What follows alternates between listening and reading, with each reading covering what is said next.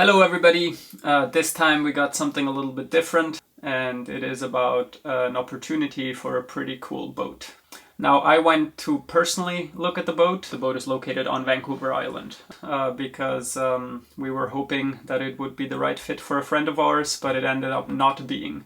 So this boat is not listed anywhere yet, and that's why I am telling you about it, so that you all know, because we think it's a very interesting opportunity. So the boat is a Cape George Cutter 31. It's the first ever built. It's from '77, and it has the short cabin, so it's really lovely lines and design.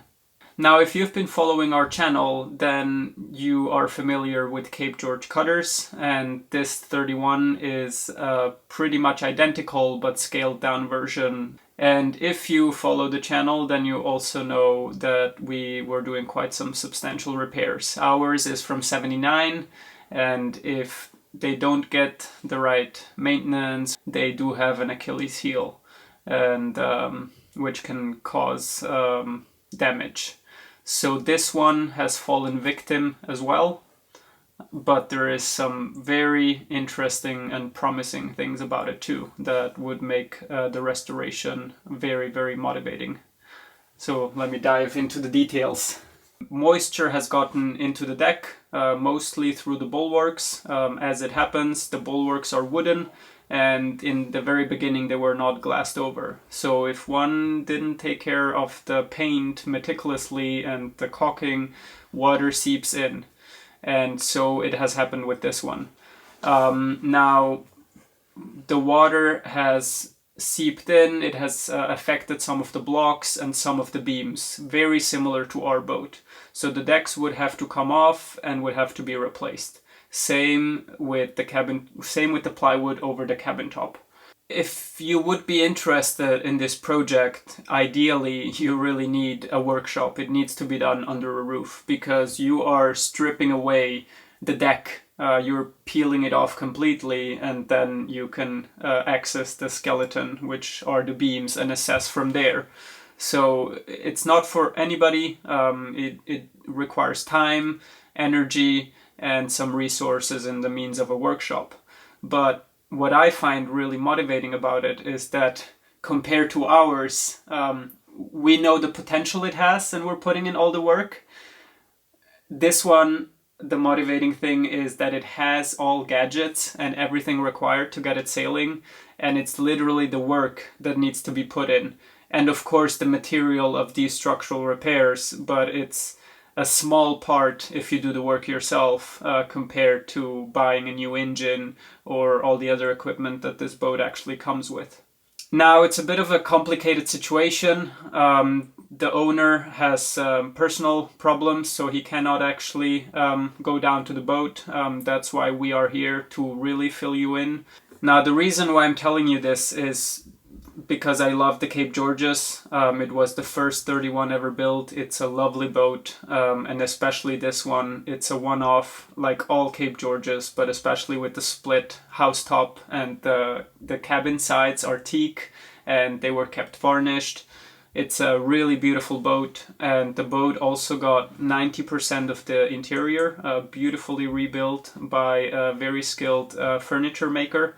So the interior is done to a high standard, and it comes with a lot of really nice equipment.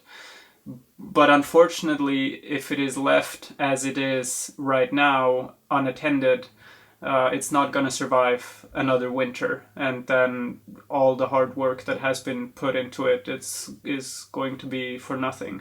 So that's why we're putting out this info, to hopefully find somebody enthusiastic and motivated to bring her back floating.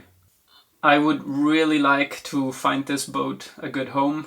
The price is incredibly competitive. It is a fraction of what comes in parts of new gear. But I also want to put emphasis that it does require certain skills, and as I said, the workshop and somebody that has the time to do it. If you watch some of our videos, you can get a very close idea of what needs to happen.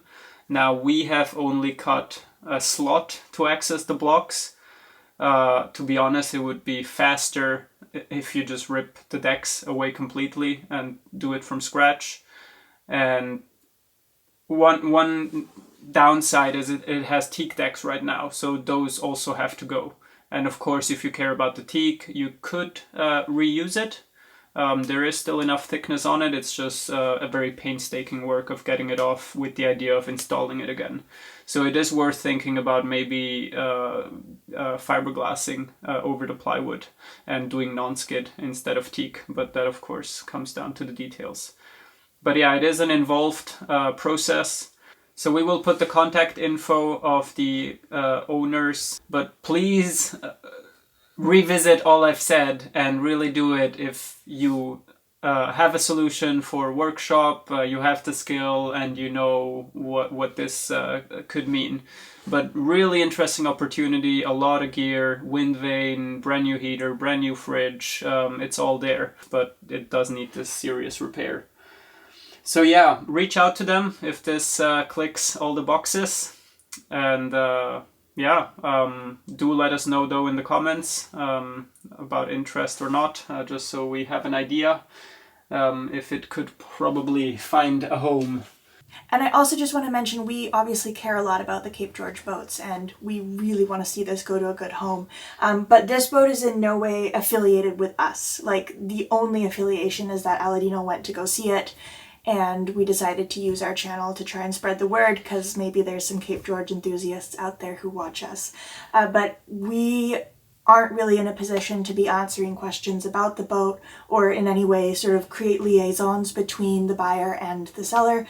So that's, you know, our part here is kind of done with this video. So I just wanted to make note of that as well. But I would love to see the boat go to a good home. It sure is beautiful. My heart kind of skipped a beat when I first saw it. Definitely heartbreaking to hear of the pretty serious structural issues that it has.